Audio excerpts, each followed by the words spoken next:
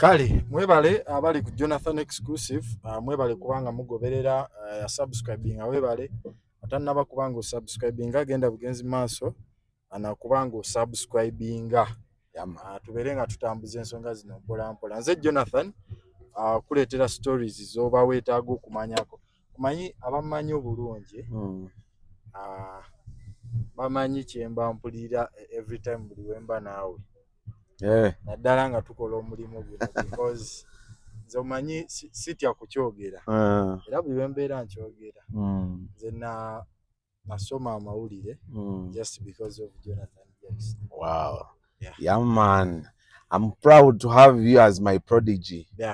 It feels good. And so kati every time buli wetubeerawo mba mpulira essanyu lyange. Nange wendi bonneetaagira wendi my brother. Nesiima nnyo akadde kompa. Amina. Okubanga tudiscussingamu ensonga zino wano na wali. Yeah, man. So webale. Kali mukanda. Okusooka dda webale kubeera kifaana ki. Maye bangamba waliwo enjawulo y'okulabirwako n'okulabulirwako. So kati oli kyakulabirako kusinga. Wow. So thank you so much. Nenga emboozi mpanvu olwaleero twalabye eggulo bwabadde ku telefayina ine engeri gyewawabuddemu omukulu Eddy Sendi neŋŋamba kyali badde beta oba oliawo tukikyazeeko ate twongere okukitunulamu kino oluvannyuma lwokuba nti Sendi kati abantu bamuli bubi abakulu lwe bavaayo ne bata akayimba kali bakayita I'm not your enemy n'akayisaamu eggaali so kati gundi nsi nemukyukira egamba saidi n'ekyuka ntalo lw'amaanyi era bwe nalabye okikomentingako neŋŋamba bino kireetera aba Jonathan exclusive nabo bakirabeko but by the way nga tutunagenda wala nyongera bajjukizaako Nana Habo Mouthwash omanyi nanteekamu sente Nana yes sinza kukola show nga simu mention zolomba sente ze siziwadde kitiibwa Nana Habo Mouthwash ddagala ly'amannyo erigenda okuyambako gwe alina amannyo agalimu ebituli alina amannyo agaguba nga tegali nga agange nange nkozesa Nana alina obuzibu bw'okuwunya akamwa wetaaga Nana Habo Mouthwash agenda kubanga akuyambako ebyo byonna akutereeze owone endwadde z'amannyo zonna wamu n'ekisu ekyo ky'omannyo wetaaga Nana Habo Mouthwash abeere nga akutereeza mwangu nnyo w'okumufuna ali mu pharmacies ali mu drug shops wamu ne supermarkets wonna okwetooloola eggwanga waali Nana Habo Mouthwash bakutegeeza nti weewala abafere ate bakuguza kapa mu kutiya ng'ogiisa akamyu wegendereza eccupa ya Nana eno erimu ekigambo Nana mu mbiriizi then wamu ne wansi mu ntobo still wali ekigambo Nana so weetegereze nnyo ne woba ogenze ku pharmacy tebakuguza ekiringa kubanga Nana byakola yekka yabikola kitandikirawo obuuze ku batulabe abali ku Jonathan exclusive nga bulijjo mbalamusizza nnyo mwebali kubanga mwekumidde kumanya n'okunyumirwa ku platform eno ey'amaanyi Jonathan exclusive nange nkumanyi ng'omuntu taking time on research simanyi oba abantu bakimanyi.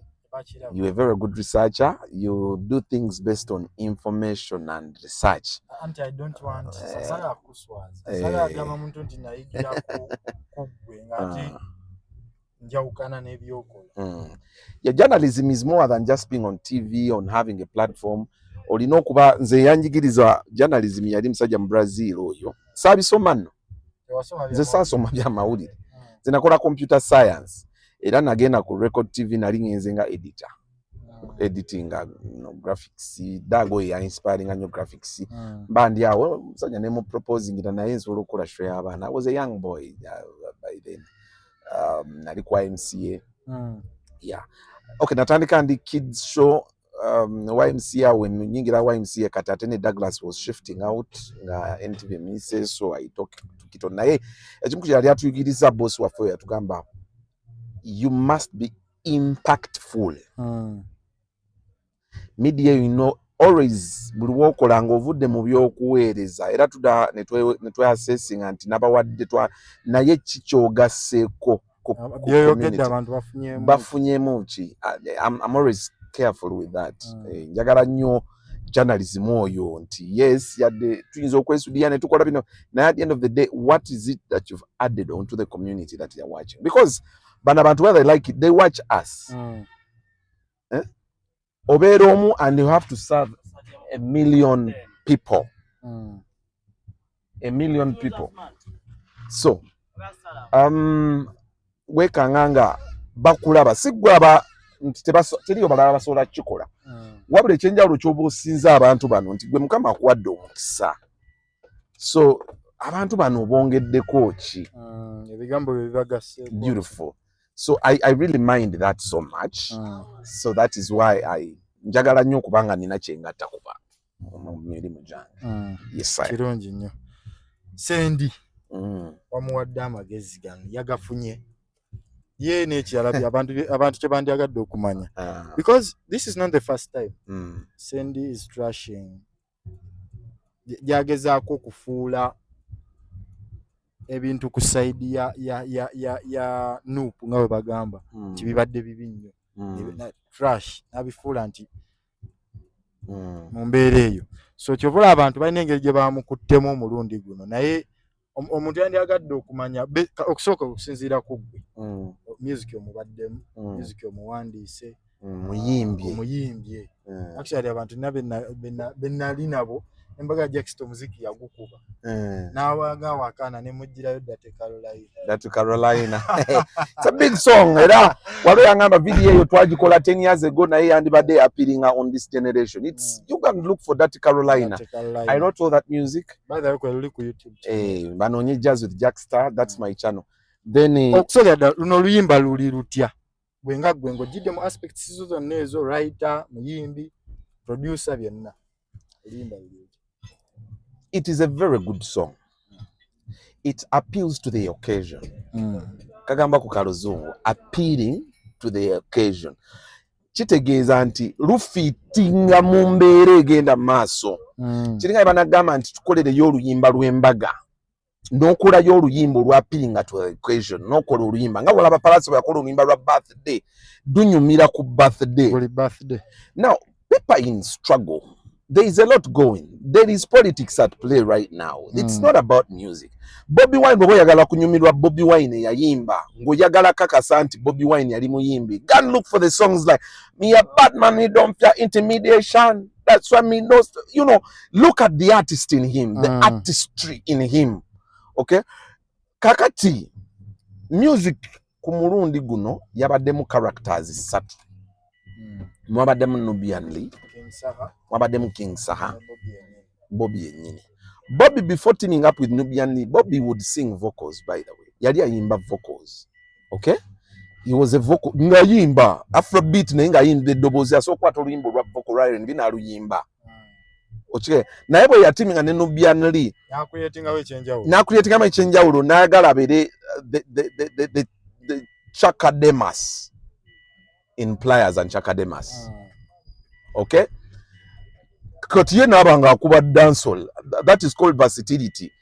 To accommodate Nubian Lee, his counterpart. Kakati wano babadde ne characters 3. Nubian Lee, Saha, ne Bobi Wine.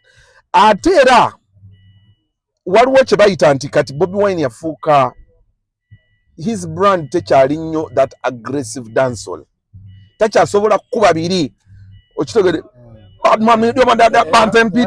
takyasobola bikuba nnyo n'entro tagiwanvuyiza. So ayina okufiitinga mu generation eno y'abavubuka ayimba ekintu ekyo ekiri relative nti jjajje w'ekyannamukaga ajja mutegeera naye n'abavubuka bano bamutegeere ate asigaliza kitiibwa kye ekya president wa Nuupu ate alabe nga ne Saha ne Nubian taba overshadolinze musically. So there was conflict of ideology in Kolechia, si changu. So that is how music gets hard, by the way. Katezo zona the complex. Do understand, but before you come to a conclusion, nti Bobi Wine singa ya yimbi R&B, then what would Sahan this do? Ate Bobi Wine singa kubiye nyo hardcore raga, gwe mumwagaza.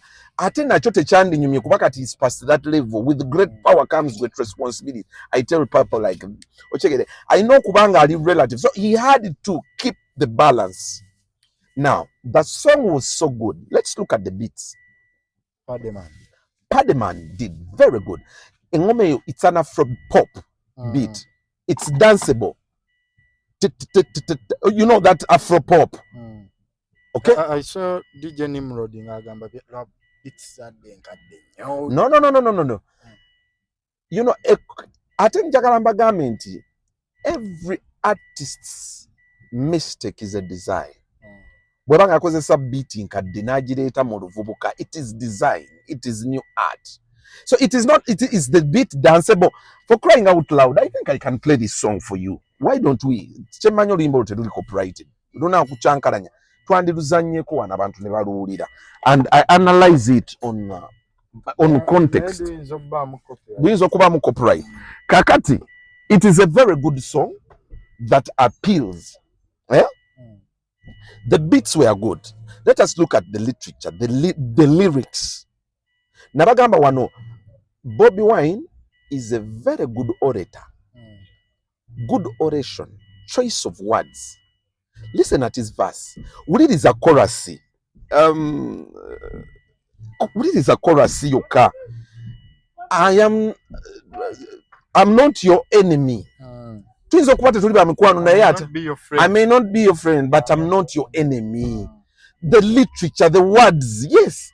Yabadagamba wa NRM. Banayo izo kubwaga siri mukwano gwo. Nate siri mulabe wo.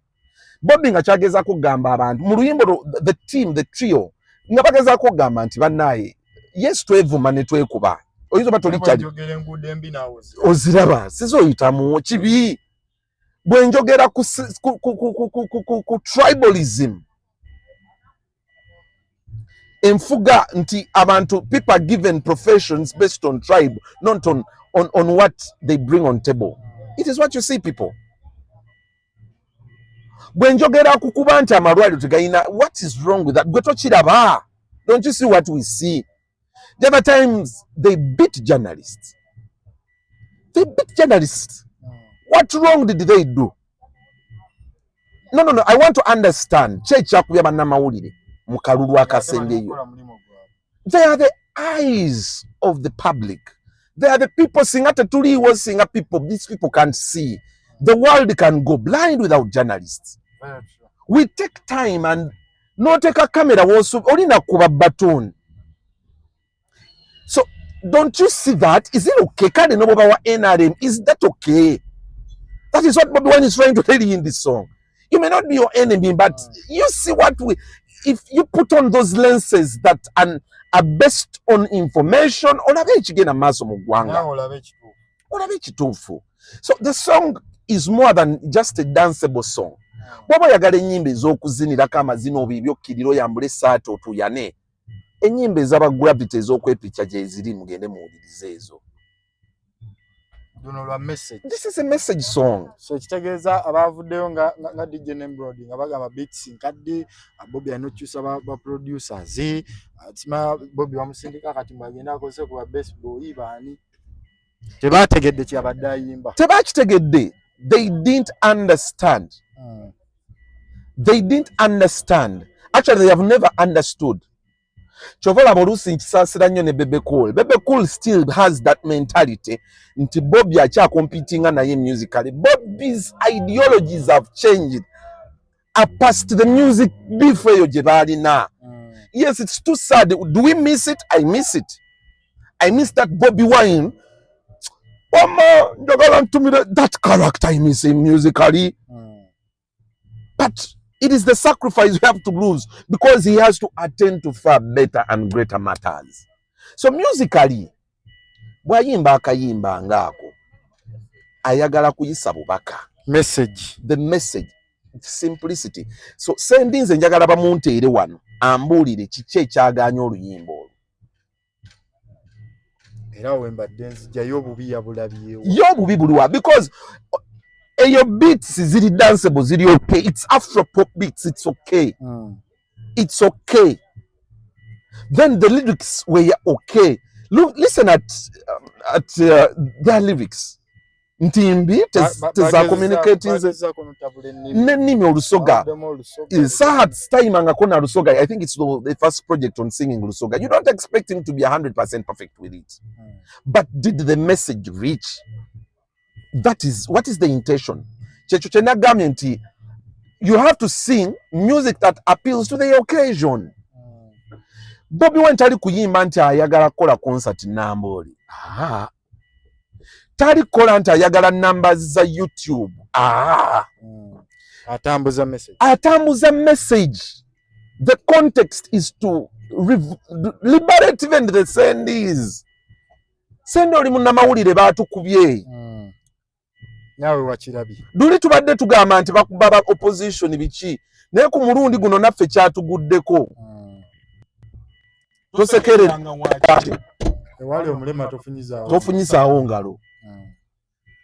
So Sendi point ajijjawa obuzibu bwa Sendi olabanga buliwa okuvaayo gamba oluyimba luno nti lufu. Sendi one mukama yanyambye nti namukubidde akasimu nangamba Jaxta ate nakyo oyinza omutegeera nti yangambye nyinza okuba nze living sacrifice. Nze kennyini there was need for the song to have talkability. Lwogerweko balumanye okulumanya kiri awo naye okwogerako luwambe kati luwambe internet at his expense. Nobody is brave enough to attack that song in that way. Okay, so bwabanga yeyo angle then I understand because waliwo propaganda atambuza olulimi naye yagambye lubi naye nga kimanyi lulungi nga naye agamba bwenkola statement ngeeyo oluyimba abantu baluwa attention. Bobi Wine abadde alina ennyimba zajja akola by the way ne bannayuganda mbanenya ng'ennyimba eza revolution mutaziwa attention. Waliwo ennyimba nga 3 ezisembyeyo people fail to make those songs viral. Ate nga Bobi Wine agala bw'ate oluyimba make the songs viral. Ye muba aba atuukiriza since viral to make money but the message ebenge etuuse waajagala. So Bob nga bagamba nti mu buli kibi mubaamu ekirungi. Mu kibi nnyo nti Sendi yazalayo oluyimba lwa Bobi ate lufunya attention. It is taking center stage in the media space. Teri luyimba luki olwogerako. Which song are you going to talk about right now? Which artist are you going to talk about right now? Ate ffe ekyo kiba kitukolera. Those that the song is lulimu struggle duba lukola. The message. So Sendi, I credit him for that. He has given the song talkability. Sendi yali tactical kasajja kakadde bakayita kakadde. That says zisiko yise mukadde. Ne kali smart in one way. Zenzijukira nga ndeta Spice Diana. Nze na twasooka okuzanya Spice Diana onsanula. Sendi yamuvuma nagamba Jaxta tusibako nnyo obuyimbi obwo bugenda kujja obwo buyimbi bya buyimbi busooke buddeyo butereze music butereze buyimba. Nagamba Sendi nangamba era Jaxta kakazako bwe kaliyimba obulungi ne katereza ndikeetondera. The way with Kasuku. Yetonda nangamba era Jaxta nali njagala omwana yafune vibe aleme kugwamu manyi. Kati buli we yakole nnyo I'm proving it wrong. She scored. Okay? Kuba obuli awo yan reluctance lwakuba ninayo akayimba kenkoze hit. And today we are seeing Spice Diana. So maybe saying that is his tactical approach. Omanyi waliwo ba silent hero mu ndongo. Okitegedde. Nakabeereyoko ne kagamba ke yayogerera ekyo nga kyajja okwogera buli wayogera. The vibe ngejja. So kyabadde kirungi kiina engeri gye kiyambye oluyimba luno. Yes. Okay. It talkability. Nti everyone is saying vis-a-vis the song. Abantu kati olaba Bobi Wine we yate ebifaananyi bityo ebifaananyi bibasa okufuluma before the song came out. People didn't give too much attention to these pictures. They didn't make so much noise like the song has made. So byuli yandibadde evira ddala ku bifaananyi banaye ekigendo singa era yayogera saa kwafunye ako kasaa tekasobola tekalina bye kayinza kuyimba singa yakola comment eyo by then era ne bamuvuma olimba lwandize era nga nze nabagambye tabinyuma wulira bye yayimbye era yandiba okitegedde oba kyegamba it's part of the build-up. So for that asobola okubanga Saddaka yangambye kyemanyi mujja kunvuma naye munvume ne Sendi akimanyi that's a good song. The Sendi he knows that's a good song. Kale ndabye simu emponinga omuliro. Naye nga said and done, that's a very good song. Bannayuganda abali mu struggle oluyimba tetukyali ku buwomi era Uncle Sendi I challenge you musically oluyimba lunyuma lyrically dulungi. The melody is okay. I may not be your friend but I'm not your enemy. But it's a good song. It is simple. The lyrics were simple. Olimba to raba de luamvu. It is danceable if you choose to dance. If it is campaign, it is it commands that attention. I think strategically Bobi Wine has scored. You have scored. Yeah, we should not criticize the song. Bobi Wine nyimba baliam voice we balimu bawa attention yeyo bebetage nyimbi z'okujudging aba waikibenda yatadde oluyimba temuli nazogerako bagunda abalina okitegeera. But this is a revolution song. Bobi Wine n'obudde talina oluyimba olulungi olina okumala mu studio essaawa 5, I mean ennaku nga 5. But Bobi Wine, because of the schedule, lwagenze lwakiina okuggwa. Nobody talina to get the perfect, the cream de la cream. Tachalina time where you are competing obulungi ne Bebe Cool. He's ayina obuvunanyizibwa obwamweyongerako. So lwatuwadde musiime ekyo. Tusiime ne challenge. Kato nyama ntono kaya na eri mu nkwawa. Musoke musiime ekyo kyabawadde. Because yandiyagadde asigale ku stage. Ne bwayimba oluyimbe nyinje ezo zemwagala aziyimbire ku stage ki. Kale ndio ensonga abantu bazitegedde. Ensonga bagitegedde. The song was good. Bobi Wine bamuleke mu tusiime bwali. Kyalese kye tutambula nakyo. Actually ne bwaba ayimbye abatuyambe. Webale kubanga you can still remember that music made you the character you are, and you still use that weapon for the greater good. And we hope, because we've seen music yield results, more revolutions, isn't it? The South Africa, Manyum apartheid, how the Nelson Mandela, the Chaka Chaka, the Shalamwanas, all those, music spoke to people and the struggles. In Uganda, where abantu batitizi bonna abatufuga batitizi n'abantu benyi bafuga batitizi bati okubeera ku battlefield bandiyagadde nayo bemiggo ne bali bawulira emiggo mingi naye at least the music somehow penetrates to their ears gyabatuukako kati gwe n'okulya kyolina okukola ekita. I'm sure ne Museveni alina zaawulira naga akasajja kankubirayo. Kale tweyanza akaddeko amanye akadde obudde kuba ne kati ndabe tukwatiriza bakutereezaamu garage one. So webale ensonga kubanga ozituyitiddemu ndowooza abantu kati tebalina kyakwekwasa opinion yo gyewawadde ku BBS. Yes, sigirumamu akose nino mwekitiibwa oyo mukulu wange is my big brother, big uncle, era naye nze namugamba I can face you when I get ekitaliimu. You see this platform nazo zetagala ko regulator just because you are an analyst. So gwe analyst ani ako analyzing who benchmarks the faults you do kubanga si buli kyoyogera kituufu. Narrative yamu abantu abakola analysis bera ajja ng'amanyi kyamanyi kyekirina okuba ekituufu. No, sometimes we can agree to disagree. Sendi yes oyogera nnyo bera ku TV you analyze everything, but not everything you say is the right. The public must not take what you say. You're not the alpha and the omega of knowledge and wisdom about entertainment. No, so me I'm here to keep checks and balance. Kasuku bwoyogera ekitagwana nja kikugamba nange nga bwe nkola ekitagwana it's open. That is an open market economy bwebeera ono bwayogera nekiri. I can contradict you in a healthy way, so I challenge him. Vocal, I can sing better than you. Musically, I've written songs. In terms of journalism, I've been a host of entertainment show.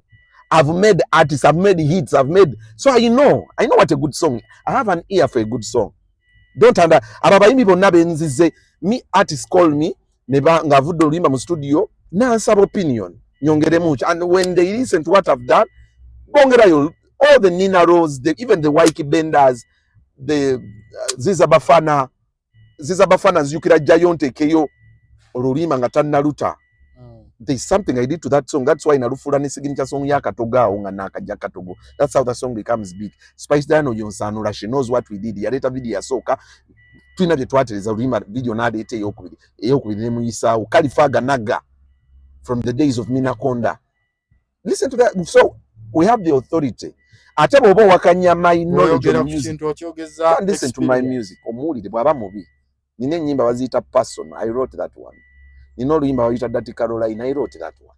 nino oluyimba lwaluyita Naggulu, it's a revolutionary song. Naggulu bakuzalawa Naggulu kaseke blessing to be gathered nesi. Kale abantu mbajjukizaako nti nina show gye ndeeta. Era actually nsinzira wano wennyini okusaba gwoba ogiggulawo. Yep. Nina show gye ndeeta bagiyita engeri gye tugenda mu kaseera ak'obululu kano. Abantu balina abakulembeze be baagala. So nina show gye ndeeta bagiyita If I Was the President. Muntu ku muntu njatuuka ku bantu wansi abacutex bagalaji abakolera mu offices because nabo balina opinions zaabwe ababoda bonna. So show egenda tandika mu mwezi ogwokutaano nga 2. Beautiful concept. I like it. Yeah. Era count on me anytime you need me. So we have done some shoots twinaze tukoze naye njagala gye shootinga naawe. Amina wende. If I was a president. Yeah. So, I love it. Mwebale kwako ku Jonathan Exclusive. We meet next time. Don't forget to subscribe.